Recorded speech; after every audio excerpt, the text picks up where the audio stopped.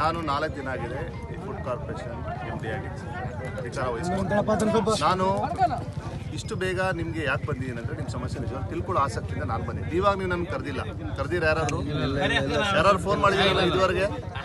ನಾನು ಬಂದಿದ್ದೀನಿ. ಯಾಕೆ ನಾನು ಬಂದಿದ್ದೀನಿ? ಗ್ರೌಂಡ್ ಲೆವೆಲಲ್ಲಿ ನಾವು ಮಾಡ್ತಿರೋಂಥ ಪ್ರೊಕ್ಯೂರ್ಮೆಂಟ್ ಯಾವ ಥರ ಹೋಗ್ತಾ ಇದೆ, ಏನು ಸಮಸ್ಯೆಗಳಿದೆ ರೈತರಿಂದ ಅಂತ ತಿಳ್ಕೊಬೇಕಂತ ನಾನು ಬಂದಿರೋ. ನೀವಾಗ ನೀವು ಕರೆಸಿಲ್ಲ, ಅದು ಫಸ್ಟ್ ತಾವು ತಿಳ್ಕೊಳ್ಬೇಕು.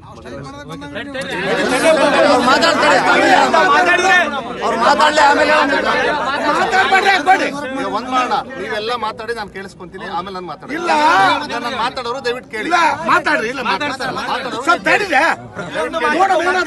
ನೀವು ಮತ್ತೆ ಮಾತಾಡಿದ್ರೆ ಮತ್ತೆ ನಾನು ಕೇಳಿಸ್ಕೊಂತೀನಿ, ಮತ್ತೆ ನಾವು ಮಾತಾಡೋದು. ನಾನು ಬಂದಿರೋ ಉದ್ದೇಶ ಏನು ಅಂದ್ರೆ, ಇಲ್ಲಿ ಪ್ರಾಬ್ಲಮ್ಸ್ ಏನಾಗಿದೆ, ಸಮಸ್ಯೆ ಏನಾಗಿದೆ ಅನ್ನೋದು ಗೌರ್ಮೆಂಟ್ ಲೆವೆಲ್ ಆಲ್ರೆಡಿ ಡಿಸ್ಕಷನ್ ಆಗಿದೆ. ಬಹಳ ಸರಿ ಡಿಸ್ಕಷನ್ ಆಗಿದೆ. ಡಿಸ್ಕಷನ್ ಆಗಿ ಸರ್ಕಾರ ಏನು ಮಾಡಿದ್ರೆ, ಕ್ಯಾಬಿನೆಟ್ ಸಬ್ ಕಮಿಟಿಯವರು ಡಿಸಿಷನ್ ತಗೊಂಡು ಇಲ್ಲ ರೈತರಿಗೆ ಹೆಲ್ಪ್ ಮಾಡಬೇಕು ಅಂತ ಹೇಳಿ ನಾವು ಕ್ಯಾಬಿನೆಟಲ್ಲಿ ಕೂಡ ಡಿಸ್ಕಷನ್ ಮಾಡಿ ಈಗ ಖರೀದಿ ಕೇಂದ್ರನ ಓಪನ್ ಮಾಡಿದ್ದೀವಿ. ಮುಖ್ಯವಾಗಿ ನಿಮ್ಗೆ ಏನು ಗ್ರೀವೆನ್ಸಸ್ ಇತ್ತು ಅಂದರೆ, ನಾವು ಫಸ್ಟ್ ಆಫ್ ಆಲ್ ಲೇಟಾಗಿ ಸ್ಟಾರ್ಟ್ ಆಗಿದೆ ಅನ್ನೋದು ನಿಮ್ಮದು ಗ್ರೀವೆನ್ಸಸ್ ಇತ್ತು. ಈಗ ಆಗಿರೋದಕ್ಕೆ ಖಂಡಿತವಾಗ್ಲೂ ನಾವು ಈಗ ಹಿಂದೆ ಹೋಗಿ ನಾವು ನೋಡಲಿಕ್ಕಾಗಲ್ಲ. ಮುಂದೆ ಏನಿದೆ ಅದನ್ನು ನೋಡಿಕೊಂಡು ನಾವು ನಿಮಗೆ ಅನುಕೂಲ ಆಗೋ ರೀತಿಯಲ್ಲಿ ಮತ್ತು ಸರ್ಕಾರಕ್ಕೂ ನಷ್ಟ ಆಗದಿರೋ ರೀತಿಯಲ್ಲಿ ಯಾವ ರೀತಿ ಕೆಲಸ ಮಾಡಬೇಕು ಅನ್ನೋದ್ರ ಬಗ್ಗೆ ನಾವು ಯೋಚನೆ ಮಾಡಿಕೊಂಡು ನೀವು ಜೊತೆಗೆ ಹೋದರೆ ಮಾತ್ರನೇ ಈ ಒಂದು ಖರೀದಿ ಪ್ರಕ್ರಿಯೆ ಯಶಸ್ವಿಯಾಗಿ ನಡೆಯುತ್ತೆ. ಓಕೆ, ಇದರಲ್ಲಿ ಈಗ ನಾನು ಇವತ್ತು ಬೆಳಿಗ್ಗೆ ಬಂದ ಚೆಕ್ ಮಾಡ್ಕೊಂಡಾಗ ರಾಯಚೂರ್ದು ಗೋಡೌನ್ಸ್ ಡಿಪೋಗೂ ಕೂಡ ಹೋಗಿದ್ದೆ. ನಾನು ಅಲ್ಲಿ ಯಾವ ಥರ ಟೆಸ್ಟಿಂಗ್ ಮಾಡ್ತೀರಾ ತಿಳ್ಕೊಂಡಿದ್ದೀನಿ, ಯಾವ ಥರ ಟೆಸ್ಟಿಂಗ್ ಮಾಡ್ತೀರಾ ಅನ್ನೋದು ಕೂಡ ತಿಳ್ಕೊಂಡಿದ್ದೀನಿ, ರಿಜೆಕ್ಷನ್ ಯಾವ ಥರ ಮಾಡ್ತೀರಾ ಅನ್ನೋದು ಕೂಡ ನಾನು ತಿಳ್ಕೊಂಡಿದ್ದೀನಿ. ಅದರಲ್ಲಿ ಎಷ್ಟು ಲಾರಿ ಎಕ್ಸೆಪ್ಟ್ ಆಗಿದೆ, ಇಲ್ಲಿವರೆಗೆ ಎಷ್ಟು ರಿಜೆಕ್ಟ್ ಆಗಿದೆ ಅನ್ನೋದು ಕೂಡ ನಾನು ಮಾಹಿತಿ ತೊಗೊಂಡಿದ್ದೀನಿ. ಈಗ ನಮಗೆ ಬಂದಿರೋ ಮಾಹಿತಿ ಪ್ರಕಾರ ರಾಯಚೂರಿನಲ್ಲಿ 10 ಲಾರಿಗಳ ಪೈಕಿ 9 ಲಾರಿ ಎಕ್ಸೆಪ್ಟ್ ಆಗಿದೆ, 1 ಲಾರಿ ಮಾತ್ರ ರಿಜೆಕ್ಟ್ ಆಗಿದೆ ಅಂತ ನನಗೆ ಬಂದಿದೆ. ಮತ್ತು ನಿನ್ನೆ ಕೂಡ ಯಾವುದೋ 216 ಬ್ಯಾಗ್ ಇರುವಂಥದ್ದು ಒಂದು ರಿಜೆಕ್ಟ್ ಆಗಿದೆ ಅಂತ ಮಾಹಿತಿ. ಹಾಗಾಗಿ ಎಲ್ಲವೂ ರಿಜೆಕ್ಷನ್ ಆಗ್ತಾಯಿಲ್ಲ. ತಾವು ಹೇಳ್ತಿರೋ ಪ್ರಕಾರವಾಗಿ ಎಕ್ಸೆಪ್ಟ್ ಆಗ್ತಿದ್ದೇವೆ, ಎಲ್ಲೋ ಒಂದೊಂದು ಕಡೆ ರಿಜೆಕ್ಷನ್ ಕೂಡ ಆಗ್ತಿದ್ದೇವೆ. ನಾನು ಇಲ್ಲ ಅಂತ ಹೇಳ್ತಾ ಇಲ್ಲ, ರಿಜೆಕ್ಷನ್ ಮಾಡ್ತಾನೆ ಇಲ್ಲ ನಾವು ಹೇಳ್ತಾ ಇಲ್ಲ. ಆದರೆ ಈಗ ಏನಾಗಿದೆ, ನಮಗೆ ಲಾಸ್ಟ್ ಟೈಮು ನಮಗೆ ಗೊತ್ತಿದೆ, ಹಿಂದೆ ಬಳ್ಳಾರಿ ಜಿಲ್ಲೆಯಲ್ಲಿ ಲೋಕಾಯುಕ್ತ ಅಧಿಕಾರಿಗಳು ಲೋಕಾಯುಕ್ತರು ವಿಸಿಟ್ ಮಾಡಿದಾಗ ನಾವು ಖರೀದಿ ಮಾಡಿದಂಥ ಜೋಳ ಏನಾಗಿದೆ ಸ್ವಲ್ಪ ಪುಡಿಯಾಗಿ ಕೊಟ್ಟಾಗಿ ಅದು ಮತ್ತೆ ಈಗ ಲೋಕಾಯುಕ್ತದಲ್ಲಿ ಪ್ರಕರಣ ದಾಖಲಾಗಿ ಅದು ಎನ್ಕ್ವೈರಿ ನಡೀತಾ ಇದೆ. ಸೊ ಈ ರೀತಿ ಆಗದಿರೋ ರೀತಿಯಲ್ಲಿ ಯಾವ ರೀತಿ ಕಾಷನ್ ತಗೋಬೇಕು ಅಂತೇಳಿ ನಾವು ಕೂಡ ಸಾಕಷ್ಟು ಮುಂಜಾಗ್ರತೆಯನ್ನು ತೆಗೆದುಕೊಂಡು ನಿಮ್ಮ ಹಿತಾಸಕ್ತಿಗೋಸ್ಕರನೇ. ಹಾಗಾಗಿ ಫಸ್ಟು ನಿಮಗೇನೆ ವ್ಯತ್ಯಾಸ ಏನಾಗಿದೆ ಇಲ್ಲಿ ಅಂದರೆ, ಇಲ್ಲಿ ಎಕ್ಸೆಪ್ಟ್ ಆಗಿದೆ, ಅಲ್ಲಿ ಯಾಕೆ ಎಕ್ಸೆಪ್ಟ್ ಆಗ್ತಾಯಿಲ್ಲ ಅನ್ನೋದು ಒಂದು ನಿಮ್ಮದು ಕಾಮನ್ ಗ್ರೀವೆನ್ಸ್ ಎಲ್ಲರದಿದೆ. ಸ್ವಲ್ಪ ನಿಮ್ಮೊಬ್ಬರದೇ ಅಂತಲ್ಲ, ಯಾವುದೇ ಖರೀದಿ ಕೇಂದ್ರ ಕೊಡೋಕ್ಕೂ ಹೋದರೂ ಕೂಡ ಎಕ್ಸೆಪ್ಟ್ ಆದಾಗ ಪ್ರಾಬ್ಲಮ್ ಇಲ್ಲ, ರಿಜೆಕ್ಟ್ ಆದಾಗ ಮಾತ್ರ ಈ ಸಮಸ್ಯೆ ಬರ್ತದೆ. ಎಕ್ಸೆಪ್ಟ್ ಆಗಿ ನಿಮ್ಮದು ಎಕ್ಸೆಪ್ಟ್ ಆಯಿತು, ಅಲ್ಲಿ ಎಕ್ಸೆಪ್ಟ್ ಆಯಿತು ಅಂದರೆ ಓಕೆ, ಯಾರಿಗೂ ಏನು ಸಮಸ್ಯೆ ಏನಿಲ್ಲ. ಬಟ್ ಇಲ್ಲಿ ಎಕ್ಸೆಪ್ಟ್ ಆಗಿದ್ದು ಅಲ್ಲಿ ರಿಜೆಕ್ಷನ್ ಆದಾಗ ಮಾತ್ರ ಈ ಪ್ರಾಬ್ಲಮ್ ಬರ್ತದೆ. ಆ ಥರ ಸಮಸ್ಯೆ ನಮ್ಗೆ ಅನ್ಸೋ ಪ್ರಕಾರವಾಗಿ ಒಂದು 10-20% ಕಾಮನ್ ಆಗಿ ಎಲ್ಲ ಕಡೆ ಇದೆ. ನಿಮ್ದು ಒಬ್ಬರದೇ ಅಂತ ನಾನು ಹೇಳ್ತಲ್ಲ, ಬೇರೆ ತಾಲೂಕುಗಳಲ್ಲಿದೆ, ಬೇರೆ ಖರೀದಿ ಕೇಂದ್ರಗಳಲ್ಲಿ ಇದೆ.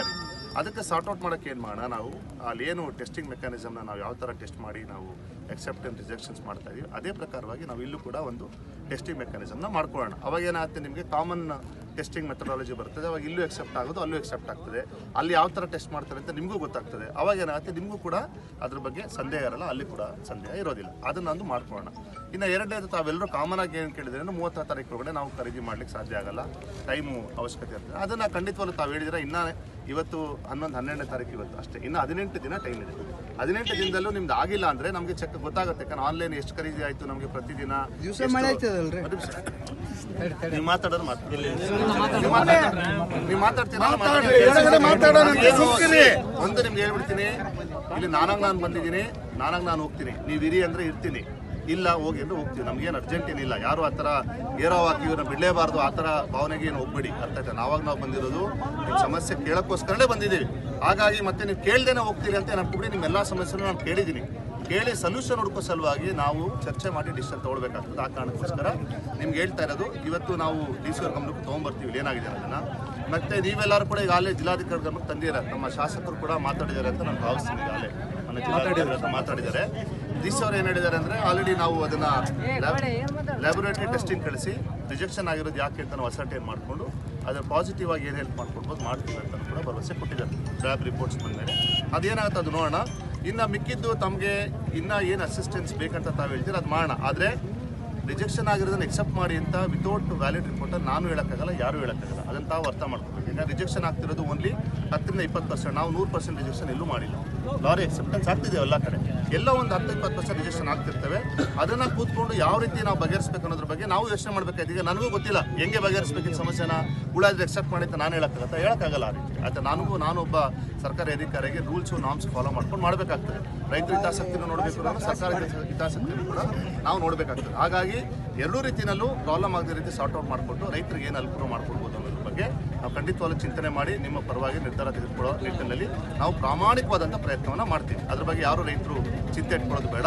ಹಾಗಾಗಿ ತಾವು ನಿಶ್ಚಿಂತೆಯಾಗಿರಿ. ನಿಮ್ಮ ಗ್ರೀವೆನ್ಸ್ ಏನಿದೆ ನಮ್ಮ ಗಮನಕ್ಕೆ ತಂದಿದ್ದೀರಾ, ನಮ್ಗೆ ಅರ್ಥ ಆಗಿದೆ ಗ್ರೀವೆನ್ಸ್ ಏನಿದೆ ಅನ್ನೋದ್ರ ಬಗ್ಗೆ ಶಾರ್ಟ್ಲಿ ನಾವು ಡಿಸಿಷನ್ ತೊಗೊಳ್ತೀವಿ ಅಂತ ನಿಮ್ಮ ಗಮನಕ್ಕೆ ತರ ಬಯಸ್ತಾ ದಯವಿಟ್ಟು ತಾವೆಲ್ಲರೂ ಕೂಡ ಈ ಒಂದು ಪ್ರಕ್ರಿಯೆಗೆ ಸಹಕರಿಸಬೇಕು. ಏನೇ ತೊಂದರೆಗಳಿದ್ರು ಕೂಡ ದಯವಿಟ್ಟು ನಮ್ಮ ಗಮನಕ್ಕೆ ತೊಗೊಂಬನ್ನಿ. We are here to help you. ನಿಮಗೆ ಸಹಾಯ ಮಾಡಲಿಕ್ಕೋಸ್ಕರ ನಾವಿರೋದು.